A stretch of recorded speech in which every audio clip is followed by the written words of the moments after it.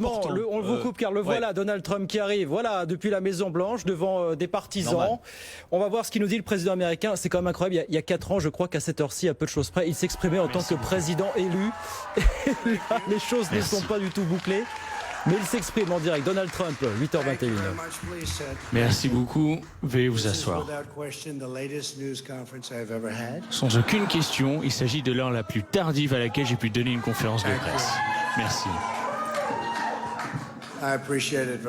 Merci beaucoup. Je voulais remercier le peuple américain pour tout leur soutien. Des millions et des millions de personnes ont voté pour nous ce soir. Et un groupe de personnes très tristes essaye de les priver de leurs droits et on ne l'acceptera pas. Je voulais remercier la Première Dame et toute ma famille, le vice-président Mike Pence, sa femme.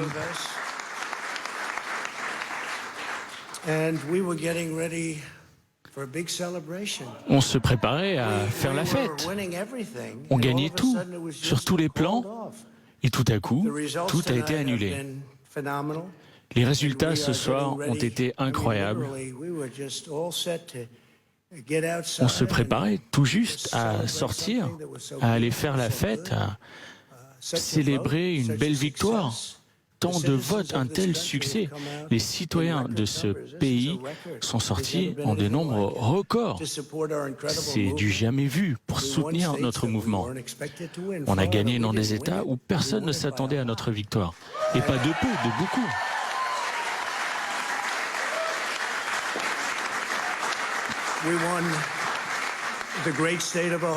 On a gagné dans l'Ohio, ce grand État. On a gagné au Texas.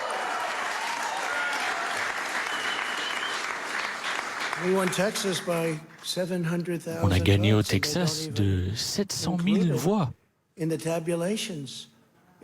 ça, on ne le voit même pas dans les statistiques. On a même clairement gagné en Géorgie. On a 2,5 points de pourcentage d'avance, avec seulement 7% des voix qui restent à compter. Ils ne peuvent pas nous rattraper. De la même manière, on a gagné en Caroline du Nord. 1,4 points de pourcentage, 77 000 voix, avec plus que 5% des voix à dépouiller. Ils ne peuvent pas nous rattraper.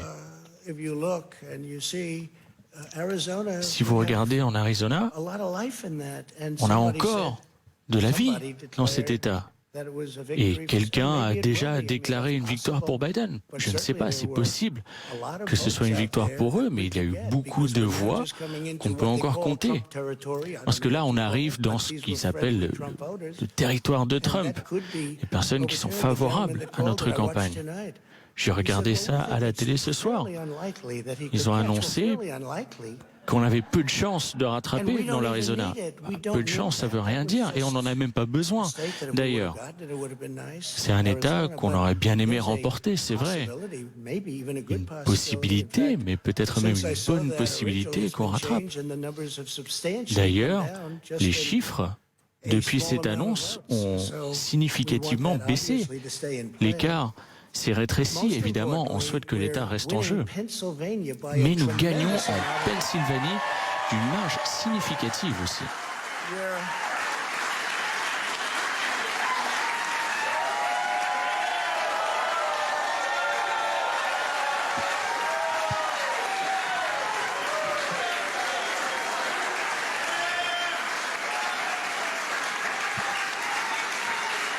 We're up 600. Think of this. Think of this. Think of this.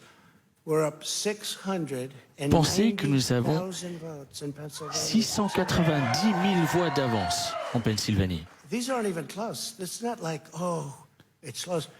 C'est même pas une bataille. 64% of the voting, Avec 64% des voix déjà comptées, ils ne pourront pas nous rattraper. Et là, on arrive dans des zones de la Pennsylvanie où je suis apprécié. Donc on va sans doute encore creuser l'écart. On gagne dans le Michigan. J'ai regardé les chiffres, j'étais étonné moi-même. J'ai dit, waouh, c'est beaucoup. 300 000 voix. Avec 65% des voix déjà comptées. Et on gagne dans le Wisconsin. On n'a même pas besoin de tout gagner. Parce que si vous ajoutez le Texas, qui n'a pas encore été ajouté, j'ai parlé avec le gouverneur du Texas, Greg Abbott, un homme merveilleux. Il m'a félicité, il m'a appelé pour me féliciter parce qu'on a gagné dans le Texas. On a gagné dans le Texas, je ne pense pas que toutes les voix soient comptées, mais c'est presque fini. Il m'a félicité et il m'a dit, au fait, qu'est-ce qui se passe? J'ai jamais rien vu de tel. Et personne n'a rien vu de tel.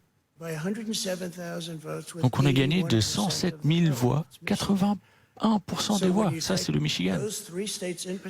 Donc si vous prenez ces 3 États-là, spécifiquement, et vous y ajoutez tous les autres, c'était une grande soirée pour nous. Regardez tous ces États qu'on a remportés ce soir et regardez les marges avec lesquelles on les a remportés.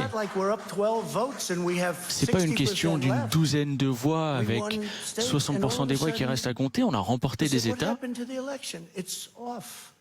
Et tout à coup, on nous explique que l'élection, elle est reportée. Les analystes disent, parce que, vous savez quoi? Ils savaient qu'ils ne pouvaient pas gagner. Donc ils ont dit, on va aller au tribunal. Et je l'avais prévu. Je l'ai prévu depuis le jour où on m'a dit qu'on allait envoyer des centaines de millions de bulletins de vote par la poste. Je savais que, gagnant ou non, ça allait passer par les tribunaux. En Floride, on a remporté une belle victoire. Le Texas, on l'a déjà dit. L'Ohio. Dites-vous ça, dans l'Ohio, un bel État, un grand État, je l'adore, on a gagné de 8,1%, plus de 400 000 voix, près de 500 000 voix même. Caroline du Nord, une grande victoire en Caroline du Nord. On a gagné en Caroline du Nord, on a 76 000 voix d'avance avec presque aucune voix qui reste à compter et tout à coup, tout s'arrête. C'est de la fraude, avec comme victime le peuple américain. C'est une honte pour ce pays. On se préparait à gagner cette élection. Et honnêtement, on a gagné cette élection.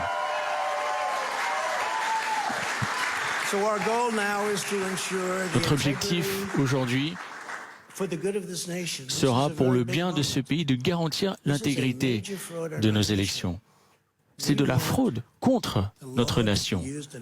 Nous souhaitons que la loi soit appliquée correctement. Donc, nous irons à la Cour suprême des États-Unis. Nous souhaitons que les votes soient arrêtés. On ne veut pas qu'ils retrouvent des bulletins de vote à 4 heures du matin. C'est un moment très triste pour moi. C'est un moment très triste.